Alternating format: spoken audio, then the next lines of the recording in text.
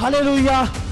अगर आप ऐसा नहीं करोगे, आप खुदा की उपस्थिति में नहीं रहोगे, शैतान आपका इंतजार कर रहा है। यह भविष्यवाणी होगी, परमेश्वर आपके बिजनेस को चलाने वाला है, वहां आप पाप करोगे, शैतान आपके बिजनेस को बर्बाद करने के लिए रास्ता खोल देगा। यह भविष्यवाणी होगी, परमेश्वर आपको धन की आशीष देने के लिए जा रहा है, वहां शैतान आपका इंतजार कर रहा है कि जो धन की आशीष आपको परमेश्वर दे, शैतान उसको बर्बाद करके रख दे। हमारा परमेश्वर हमें संघर्ष करते हुए देखना नहीं चाहता।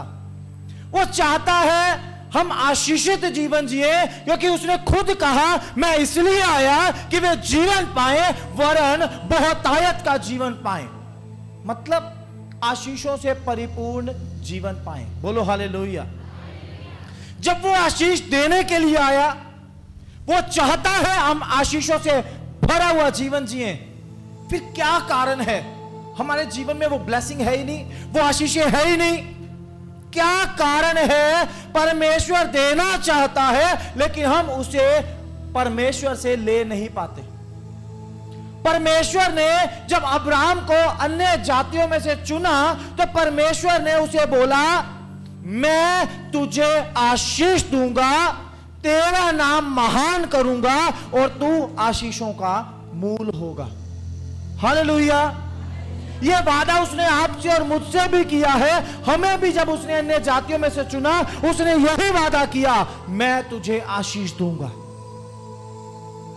फिर क्या कारण है? बिजनेस शुरू किया, बिजनेस नहीं चल रहा, नौकरी करना चाहते, नौकरी नहीं मिल रही, मकान बनाना चाहते, मकान नहीं बन रहा, किसी भी काम में हाथ डालते वो अधूरा रह जाता। क्या ऐसा कारण है कि परमेश्वर की इच्छा होने के बावजूद भी हम ब्लेसेड लाइफ को, आशीषित जीवन को नहीं जी पा रहे?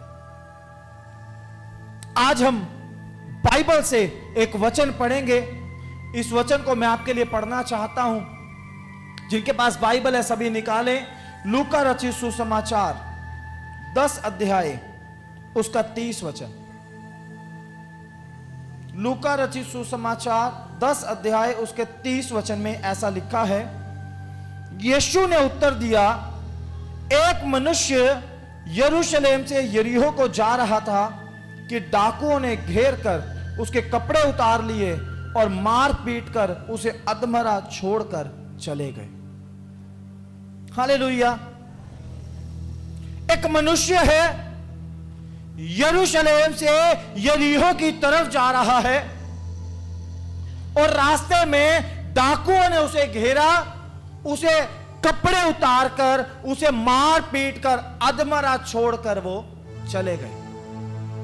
हालेलुया। एक शहर है, एक जगह है जिसका नाम यरूशलेम है। यरूशलेम का मतलब है परमेश्वर का नगर, एक ऐसा स्थान जहां परमेश्वर की उपस्थिति है।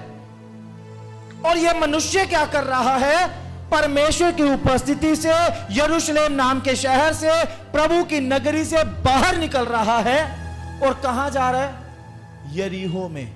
यरीहो का मतलब है पाप की नगरी, पाप का शहर, गुनाहगारों का शहर। हालेलुया। यह मनुष्य परमेश्वर की उपस्थिति को छोड़कर पाप के नगर में वापस जा रहा है। और जब ये ऐसा कर रहा है, रास्ते में डाकुओं ने इसको पकड़ा, इसको मारा पीटा, अधमरा करके, इसके कपड़े उतार के इसको नंगा छोड़कर चले गए। जब कोई भी इंसान प्रभु की उपस्थिति में आता है, प्रभु के साथ चलता है, प्रभु की उपस्थिति में रहता है, उसका जीवन आशीषित जीवन होता है। हालेलुया। लेकिन प्रभु में आने के बाद, चर्च में आने के बाद, बपतिस्मा लेने के बाद, प्रभु को अपना जीवन देने के बाद, जब फिर से वापस पुराने रास्तों पर जाते हैं, फिर से पाप में लौट जाते हैं, फिर से नशे करने लगते हैं, फिर से बीड़ी सिगरेट पीना शुरू करते हैं, फिर से गालियां देना, झूठ बोलना, चुगली करना शुरू करते हैं, फिर से पाप में वापस लौट जाते हैं। शैतान उन डाकुओं की तरह रास्ते में आपका इंतजार कर रहा होता है। आपके पैर जैसे जैसे पाप की तरफ बढ़ते हैं, अब जैसे जैसे अपने कदमों को फिर से पाप के रास्ते पर चलाते हैं, वैसे वैसे शैतान आपको लूटना शुरू कर देता है। जो पैसा परमेश्वर ने आपको ब्लेसिंग के रूप में दिया, वो पैसा आपका दवाइयों में जाना शुरू होता है, वो पैसा आपका केस में जाना शुरू होता है, वो पैसा आपके घर की चीजों को ठीक कराने में जाना शुरू होता है, वो पैसा बर्बाद होना शुरू हो जाता है, क्योंकि शैतान उसको उस डाकू की तरह लूट लेता है। हालेलुया। होना यह चाहिए, हम यरीहो से निकलकर यरूशलेम में आए, हम पाप को, बुराइयों को, गंदे कामों को, तरह तरह के पापों को छोड़कर पश्चाताप करके प्रभु की उपस्थिति में आए, यरूशलेम में आकर बसे। पर होता उल्टा है। हम संडे चर्च में आते हैं, खुदा की उपस्थिति में आते हैं, यहां जब आप अगर आकर बैठते हैं, आपके सिर पर ले हैंड हो या ना हो, आपका घर से निकलकर इधर आकर बैठना बहुत है। इस प्रभु की उपस्थिति में आपके ऊपर ब्लेसिंग्स आती हैं। प्रभु की उपस्थिति में आने के कारण आपके ऊपर अभिषेक उतरता है, आपके ऊपर प्रभु का सामर्थ उतरता है। लेकिन जब आप यहां से चर्च से निकलकर वापिस जाते हैं, वापिस जाकर आप अपने समय को कहां बिता रहे हैं? नशा करने वाले लोगों के साथ नशा करते हुए बिता रहे हैं। आप जहां काम करते हैं वहां पर आप गालियां देते हुए समय बिता रहे हैं। आप 3-4 चुगली करने वालों के बीच में बैठकर चुगली करते हुए समय बिता रहे हैं। खुदा की उपस्थिति से निकले, फिर से पाप में जाकर बैठ गए। शैतान आपको लूटने के लिए तैयार बैठा, आपको जरूर लूटेगा। आप खुदा की उपस्थिति में आए हो, आपको अभिषेक मिला, आपको सामर्थ मिला है, आपको परमेश्वर ने अपने अनुग्रह से परिपूर्ण किया। जब आप उसके पास आए हो, इसको व्यर्थ ना करो, इसको वेस्ट ना करो, इसको संभाल कर रखो। यहां से जाने के बाद भी आपको प्रभु की उपस्थिति में बने रहना है। यहां से जाने के बाद भी आपको प्रार्थना में बने रहना है। यहां से जाने के बाद भी आपको पवित्रता में बने रहना है। हालेलुया।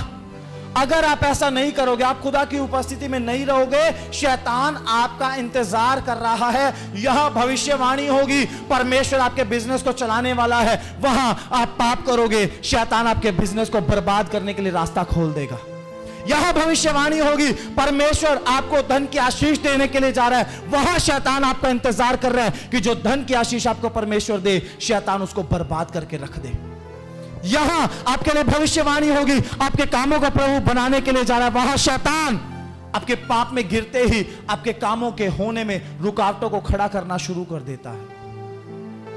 आप यहां खुदा की उपस्थिति में बैठे हैं, बहुत कीमती है खुदा की उपस्थिति, इसमें बने रहना बड़ा जरूरी है। हालेलुया। परमेश्वर ने अब्राहम से बोला, मेरी उपस्थिति में चल और सिद्ध होता जा।